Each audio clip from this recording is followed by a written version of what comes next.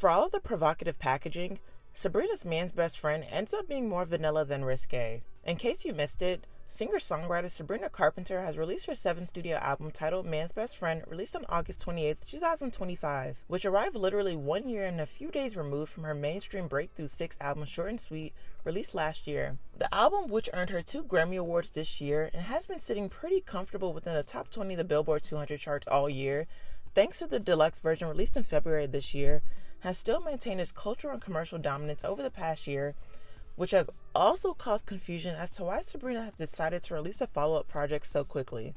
But who am I to reject new music from one of the most beloved pop stars of this current generation? Sabrina ignited her man's best friend era earlier this summer with the release of her first single, Man Child, which debuted at number 1 on the Billboard Hot 100, followed by the release of the album's cover art, which features Sabrina on all fours in a little black dress caressing a man's leg, while the man grabs Sabrina by her hair. Upon the release, the album cover led to immediate backlash from people online claiming that Sabrina is setting women and the feminist movement back 100 years, and also some people for applauding her for executing a satirical play on misogyny and objectification. All the discourse and controversy has led us to the release of her album, written and produced entirely by Sabrina, along with Jack Antonoff, Amy Allen, and John Ryan.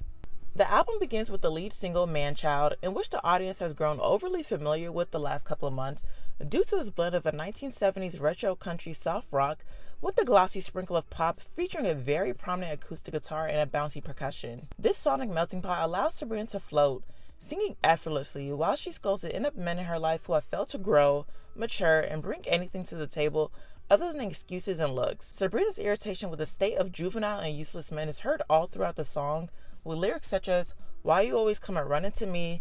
F my life, won't you let an innocent woman be? And I swear they choose me, I'm not choosing them," which is a humorous outcry for the lack of capable suitors coming her way.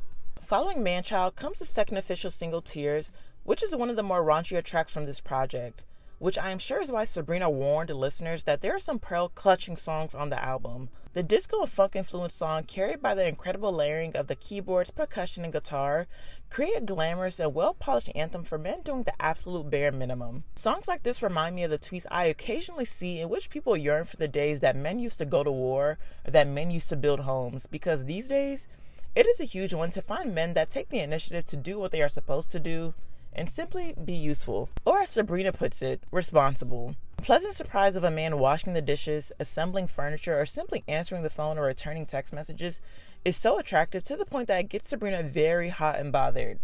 The production and instrumentation of this song is absolutely perfect, as if it's the celebratory and aroused sensation that warms up Sabrina to the point where it sounds and creates an atmosphere of playfulness and excitement.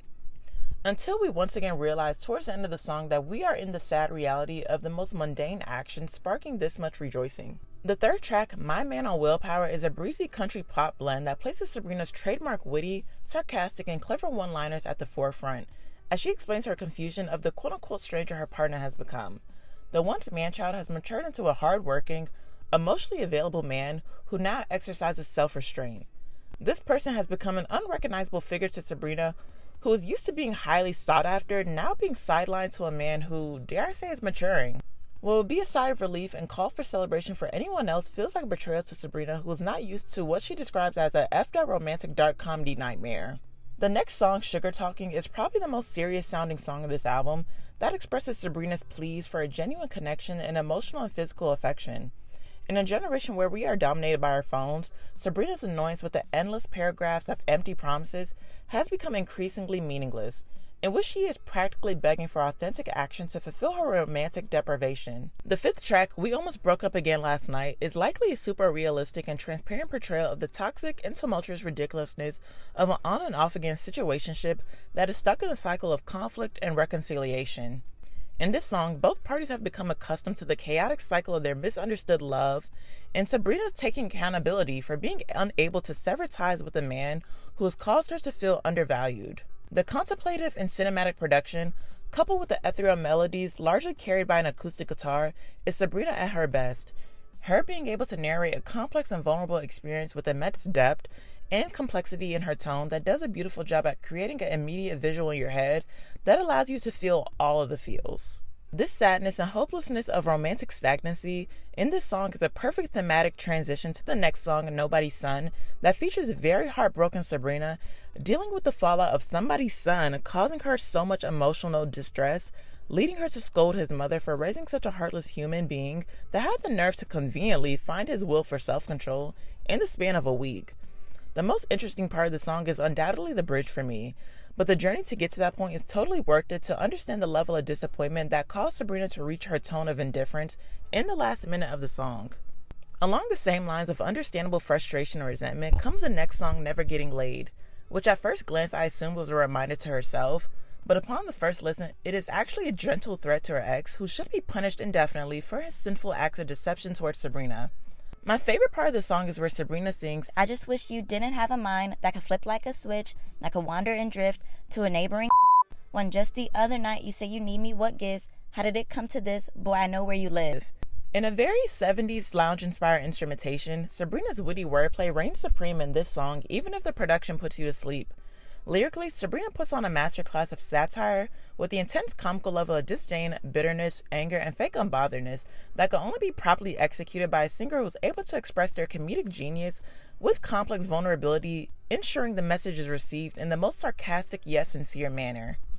The eighth song, When Did You Get Hot, is a very playful, not to be taken serious flirty song that does a fantastic job lyrically at generating all of the emotions of shock, confusion, stimulation, admiration, satisfaction, and excitement all rising to the surface at the sight of a once cosmetically challenged boy developing into an aesthetically pleasing man to look at and explore in the game of naked twister that Sabrina proposes.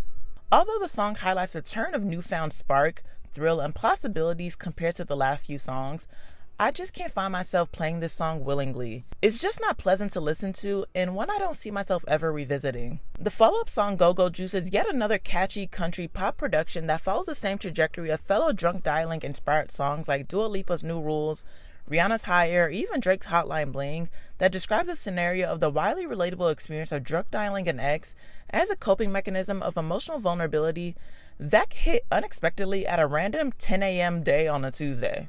Sabrina's version of drunk dialing is a playful, self-deprecating, and upbeat take on what could be perceived as an embarrassing moment of weakness, being sung instead as a whirlwind, humorous lapse of judgment that honestly doesn't sting too much when you're having a good time not thinking too deeply into the post-relationship feelings. The badada elements of the song perfectly executes the euphoric out-of-body playfulness Sabrina is experiencing that is freeing her from the pain of her sorrows. The 10th track, Don't You Worry, I'll Make You Worry, upon first listen became a standout song for me off this project, as I was taken aback by how Sabrina turns the table on her man by pulling a reverse Uno card to cause him to feel the level of uneasiness and anxiety that she has felt one too many times. The domineering and authoritative confidence of Sabrina's words sharply contrasts with such a moody, sorrow, and emotionally soulful instrumentation that yields both entertainment and enlightenment into the unfair roller coaster of emotions men put women through, and how heartless their lack of remorse causes women to feel all the time. Among all the songs on this album, I believe this one exemplifies the theme the most of singing to those users and emotional abusers who are so used to emotionally pulling women to endless cycles of heartache. The penultimate track, House Tour, is a playful and upbeat pivot from the previous song that is an automatic and undeniable bop, as it is a nostalgic 80s-inspired synth-pop song full of clever, sensual innuendos and one-liners that we all know and rely on Sabrina for. Sabrina's creative use of architectural metaphors to describe the exciting feeling of inviting a guy into her home to become more familiar with every single part of her on a physical and intimate level. Songs like this one is another example similar to Bedcam that could fly under the radar for its raunchiness by appealing to all demos, young and old, as it really doesn't use any explicit lyrics but instead opts for an imaginative composition that can easily be placed on the Barbie soundtrack. The final track, Goodbye, is an ABBA-inspired orchestra disco bubbly jovial and harmonious farewell to the man who, based off the subject material of this album, has made her life a living hell. Given the song has a brief intermission of what sounds like a mariachi band celebrating the conclusion of this tumultuous period of romantic instability, it highlights the door finally being shut on the person who has lost access to Sabrina.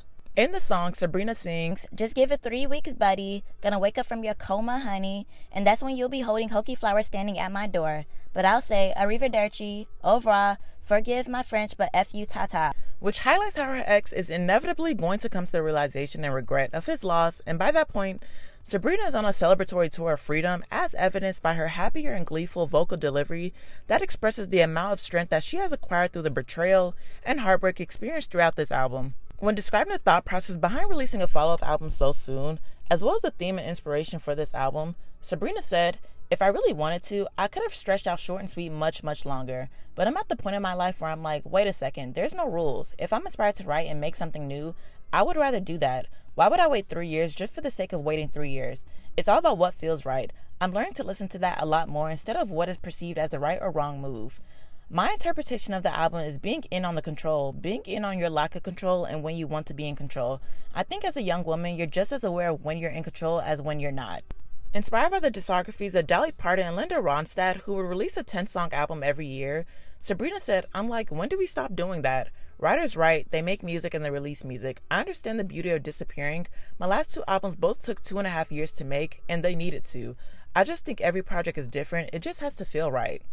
To which our producer, Jack Antonoff, agreed by adding, "I think as a culture, we got a little obsessed with marketing. The lesson to me, which we talked about when we were making this, is that listening to anything besides the music as a guide is ridiculous. I find a lot of this album to be some of the most honest work I've ever heard. There's something really celebratory about it, but most of the lyrical content is about disappointment in relationships and all the different shapes it takes. I think it's a celebration of those who let you down." Upon the release of the album, Sabrina wrote a letter to her fans, which had a section that said, "This album reflects how unfortunately human it feels to experience love and loss. On top of the world one second, humble the next, emotionally pulled by a leash and begging for treats, with treats being the bare minimum." Overall, while the production of this album is nothing short of an overwhelmingly busy and euphoric and sprout nostalgia drawn from the iconic 70s Swedish pop group ABBA, Manchild as a whole does very little to live up to its controversial announcement, in which fans promise will be rationalized with its forthcoming full-length splash of satire. While the tongue-in-cheek metaphors and satirical innuendos throughout the album had its cute comedic moments to keep me from dozing off at times, the album honestly felt like one extremely long filler track that deserved to be on short and sweet instead of its own album. I am nowhere near of enough importance to declare whether this album was necessary or not, as I admire that artists like Sabrina or Tyler the Creator are releasing projects how and when they feel like it, without the pressure of spacing out each project for the sake of what seems socially normalized in the industry. But I think if an artist chooses to release back-to-back albums, we at least need to make sure there is some cohesion in its sound, which this album severely lacks. So far, Ariana Grande with Sweetener in 2018 and Thank You Next in 2019 is the most recent and last pop star who has been able to deliver versatility in back-to-back closely released albums. The more I listen to Man's Best Friend, the more it sounds like an undercooked compilation of diary entries that only shared a common leak of melancholic heartbreak, as opposed to a theme of the duality of the treatment of men, and also taking accountability for how Sabrina has been allowing herself to be treated by said men. Obviously, I understand her vision of what she was trying to do, but it is more or less the same of what she has already done with the whimsical, witty, and goofy self-deprecating jokes and sarcasm. But lyrically and thematically, it does not live up to the hype, nor does it bring forth anything innovative that we have not already heard.